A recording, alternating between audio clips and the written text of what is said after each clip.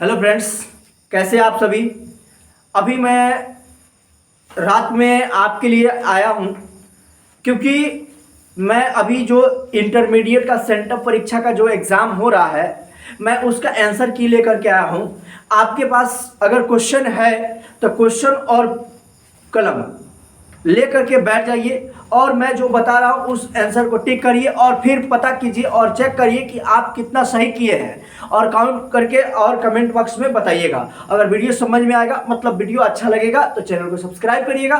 नहीं समझ में आएगा तो सब्सक्राइब मत करिएगा। तो चलिए देखिए, सबसे पहले ये देखिए, ये आपके सामने ये क्वेश्चन पेपर दिख रहा होगा, ठीक है। तो इस क्वेश्चन पेपर में मुझे ए ग्रुप मिला हुआ है, यानी कि जो कोड है वो ए है, ठीक है। और विषय कोड 323 है, यानी कि ये जो ए है ये बुकलेट संख्या है, तो ए है और ये विषय कोड 323 है। तो इसी पे मैं बताऊंगा, ठीक है। तो चलिए मैं क्वेश्चन को बारी बारी से पढ़ूंगा और फिर बताऊंगा। एक नंबर क्वेश्चन है कि निम्नलिखित में से कौन मानव भूगोल का उपागमन नहीं है, ठीक है। तो इसमें आप आंसर करिएगा अन्वेषण और वर्णन। बहुत सारे अन्य बुक में अलग अलग चेक करा रहे होंगे, लेकिन ये ओरिजिनल बुक का है एनसीईआरटी से, ठीक है। अन्वेषण और वर्णन, बी नंबर ऑप्शन। दूसरा क्वेश्चन है नव निश्चयवाद की संकल्पना का प्रतिपादन किसने किया। तो इसमें आप लगाइएगा ग्रिफिथ टेलर, ग्रिफिथ टेलर, यानी कि टेलर लगाइएगा। चलिए आगे बढ़ते हैं। तीसरा है किसने कहा मानव भूगोल मानव समाज और धरातल के बीच संबंधों का संश्लेषित अध्ययन है। तो एलन सी सैंपल ने कहा था, एलन सी सैंपल ने कहा था। आगे है कि कौन विरल जनसंख्या वाला क्षेत्र है। दक्षिण पूर्व एशिया, विरल जनसंख्या वाला क्षेत्र है दक्षिण पूर्व एशिया। कह रहा है कि निम्नलिखित में कौन एक जन स्थानांतरण का प्रतिकर्ष कारक नहीं है। तो शैक्षणिक सुविधाएं, शैक्षणिक सुविधाएं। आगे है जनसंख्या वृद्धि दर सर्वाधिक है, जनसंख्या वृद्धि दर सर्वाधिक कहाँ है, अफ्रीका में, ए नंबर ऑप्शन। 9 नंबर क्वेश्चन है कि निम्नलिखित देशों में किसमें लिंगानुपात विश्व में सबसे कम है। तो संयुक्त अरब अमीरात, ए नंबर ऑप्शन। कह रहा है कि निम्नलिखित संख्या में कौन जनसंख्या के कार्यशील वायु वर्ग का प्रतिनिधित्व करता है। तो ये 15 से लेकर के 59 तक लगाइएगा, 15 से लेकर के 59, ऑप्शन नंबर ए। निम्नलिखित में कौन मानव विकास सूचकांक का मापक है। तो इनमें से सभी लगाइएगा, डी नंबर ऑप्शन, 11 नंबर का डी। डॉक्टर महबूब उल हक मूल निवासी पाकिस्तान के थे, कहाँ के थे, पाकिस्तान के, तो बी नंबर लगाइएगा।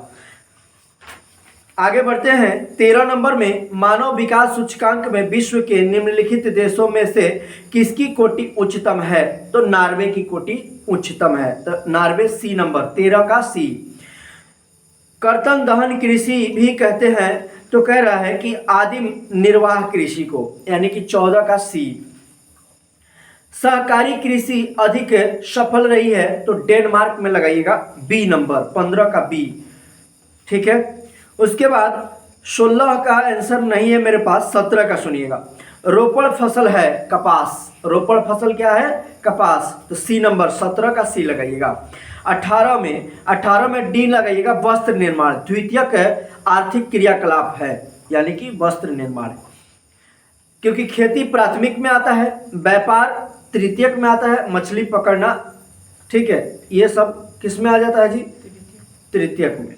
कह रहा है कि कृषि आधारित उत्पादन नहीं है, तो नमक, नमक तो समुद्र से बनता है, तो ये कृषि आधारित नहीं हुआ।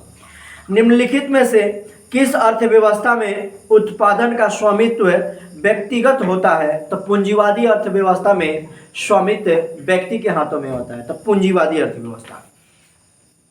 कह रहा है कि वन आधारित उद्योग नहीं है, तो देखिए ये सभी, इनमें से कोई भी वन आधारित उद्योग नहीं है, तो इनमें से कोई नहीं लगाइएगा। चतुर्थक आर्थिक क्रियाकलापों से संबंधित है, तब विश्वविद्यालय शिक्षण, ये चतुर्थ क्रिया में आता है। आगे कह रहा है कि पंचम क्रियाकलाप है, तब बाह्य स्रोतन, यानी कि बाहरी स्रोत से जो भी चीजें प्राप्त होती है।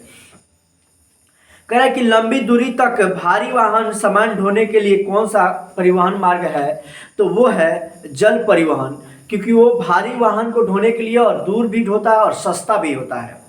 बृहद ट्रांक मार्ग है तो उत्तरी अटलांटिक समुद्र मार्ग से, ठीक है। बिग इंच पाइपलाइन प्रवाहित करता है पेट्रोल को, किसको, पेट्रोल को। सी नंबर ऑप्शन लगाइएगा, 26 का सी। 27, विश्व व्यापार संगठन का मुख्यालय कहाँ है, जनेवा में। कहाँ है, जनेवा में। कह रहे कि भारत सदस्य है, तो भारत साफ्टा का सदस्य है, ए नंबर ऑप्शन। यूरोपीय संघ का मुख्यालय कहाँ है, ब्रुसेल्स। कहाँ है, ब्रुसेल्स। लेनिनग्राद किस प्रकार का पतन है, तो इसका अभी तक आंसर मैं कंफर्म नहीं हो पाया हूँ, ठीक है। कह रहा है कि 31 नंबर, निम्नलिखित आर्थिक क्रियाओं में कौन नगरीय अधिवास से संबंधित है, तो इनमें से सभी है, द्वितीयक, तृतीयक और चतुर्थक सब है। पर्वतीय प्रदेशों में आवास का प्रतिरूप सीढ़ीनुमा होता है, कैसा होता है जी, सीढ़ीनुमा। कह रहा है कि नियोजित नगर है, तो ऑस्ट्रेलिया की राजधानी जो कैनबरा है वो नियोजित नगर है। कह रहा है कि सुप्रलेखित प्राचीनतम नगरीय बस्ती है सिंधु घाटी, सबसे प्राचीनतम नगर सिंधु घाटी है। कह रहा है परिवहन नगर है तो सिंगापुर। सिंगापुर में बहुत सारे, मतलब सिंगापुर डेवलप कंट्री है। 2011 के जनगणना के अनुसार किस राज्य का जनसंख्या घनत्व सबसे अधिक था, तो बिहार का। जनसंख्या घनत्व राज्य में पूछेगा तो बिहार में, अगर आपको केंद्र शासित प्रदेश में पूछेगा तो दिल्ली का होगा सबसे अधिक जनसंख्या घनत्व। 37 नंबर, किस भाषा परिवार की संख्या सबसे कम है, चिन्नी तिब्बती। इसमें 37 का डी लगाइएगा। 2011 के जनगणना के अनुसार भारत का जनसंख्या घनत्व था 382 प्रति वर्ग किलोमीटर, यानी 382 व्यक्ति प्रति वर्ग किलोमीटर। 1 किलोमीटर में कितने व्यक्ति, 382, यानी बी नंबर। भारत में पुरुष प्रवास का प्रमुख धारा है ग्रामीण से नगरीय, ग्रामीण से नगरीय। मानव विकास सूचकांक 2011 के संदर्भ में विश्व के देशों में भारत की निम्न में से कौन सी कोटि थी, यानी कि उसका स्थान 129 नंबर था। मानव विकास सूचकांक में भारत के निम्नलिखित राज्यों में से किसकी कोटि उच्चतम है, तमिलनाडु की, ठीक है। कहीं कहीं आपको केरल भी चेक कराया जाएगा। निम्नलिखित केंद्र शासित प्रदेशों में किसकी साक्षरता दर उच्चतम है, तो लक्षद्वीप की साक्षरता दर उच्चतम है। कहीं कहीं चंडीगढ़ भी चेक कराएगा। निम्नलिखित में कौन गैरिसन नगर है, तो उधमपुर। गैरिसन नगर का मतलब होता है कि वह नगर जो सैनिक अड्डों के लिए विकसित किया गया हो, तो गैरिसन नगर में उधमपुर है। खनन नगर है, निम्नलिखित में कौन खनन नगर है, तो रानीगंज, जहां से कोयले का खनन होता है। हरित क्रांति खदान फसलों से संबंधित है, बी नंबर में। 46 का लगाइएगा। निम्नलिखित में कौन भारतीय कृषि की समस्या है, तो इनमें से सभी भारतीय कृषि की समस्या है, यानी कि अनियमित मानसून, विखंडित जोत, निम्न उत्पादकता। कह रहे कि निम्नलिखित में कौन रेशेदार फसल नहीं है, चाय। चाय एक पेय फसल है। कह रहे निम्नलिखित में कौन फसल शुष्क कृषि से संबंधित नहीं है, तो ज्वार। निम्नलिखित में कौन खाद्य फसल है, गेहूं। गेहूं, डी नंबर, 49 के डी नंबर में लगाइएगा। निम्नलिखित राज्यों में से कौन कॉफी उत्पादक है, कर्नाटक, केरल, तमिलनाडु। सब में थोड़ा थोड़ा कॉफी उत्पादन होता है, लेकिन अगर सबसे अधिक पूछा गया होता तो हम कर्नाटक लगाते, तो इनमें से सभी लगाएंगे, 50 का इनमें से सभी। करें कि भू उपयोग संवर्ग नहीं है, कृषि योग्य व्यर्थ भूमि। करें कि भारत का सबसे लंबा राष्ट्रीय राजमार्ग संख्या कौन है, तो 44 है, 44। पहले इसका नाम था NH7, लेकिन अब इसका नाम हो गया NH44। कह रहा है कि जल है जैव संसाधन। जल क्या है, जैव संसाधन। तो 53 का ए। 54 में आइएगा, 54 का आप लगाइएगा सी। पूर्व की ओर प्रवाहित नहीं होती है, ठीक है। तो नर्मदा और ताप्ती दो नदियां हैं जो पूरब की ओर नहीं बहती है, ठीक है। कह रहा है कि केंद्र सरकार द्वारा चलाई गई हरियाली प्रोजेक्ट संबंधित है, तो ये जल संरक्षण से संबंधित है, लेकिन किसी किसी बुक में इनमें से दोनों चेक कराएगा, यानी कि सी भी हो सकता है, बी हो सकता है, लेकिन कंफर्म आप बी याद रखिएगा, जल संसाधन से। कह रहा है कि परंपरागत ऊर्जा स्रोत है तो इनमें से सभी हो जाएगा, पेट्रोलियम भी है, कोयला भी है, प्राकृतिक गैस भी है, ये सब खत्म हो जाने वाले हैं। यानी हीराकुंड परियोजना अवस्थित है 57 नंबर में, उड़ीसा लगाइएगा, हीराकुंड बांध उड़ीसा में है। भंडरा मैंगनीज क्षेत्र किस राज्य में स्थित है? तो महाराष्ट्र में। कहाँ है? महाराष्ट्र में। ए नंबर 58 का ए। भारत में प्रथम नाभिकीय ऊर्जा परियोजना स्थापित की गई थी तारापुर में। कहाँ? तारापुर। करें निम्नलिखित राज्यों में से किसमें काकरापार नाभिकीय ऊर्जा केंद्र अवस्थित है? तो गुजरात में।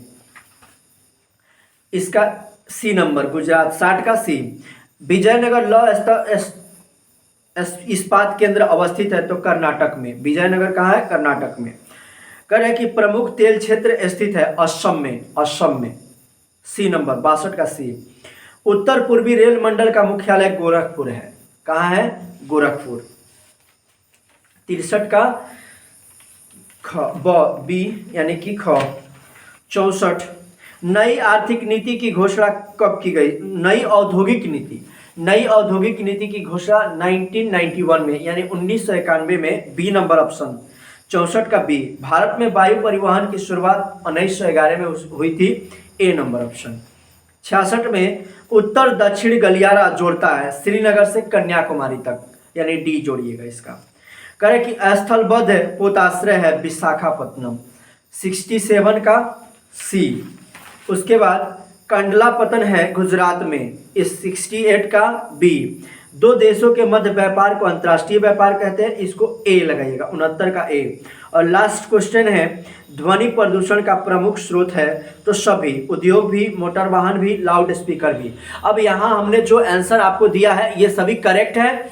अगर वीडियो अच्छा लगेगा तो चैनल को सब्सक्राइब करिएगा और कमेंट बॉक्स में जरूर बताइएगा कि आपका कितना सही हुआ।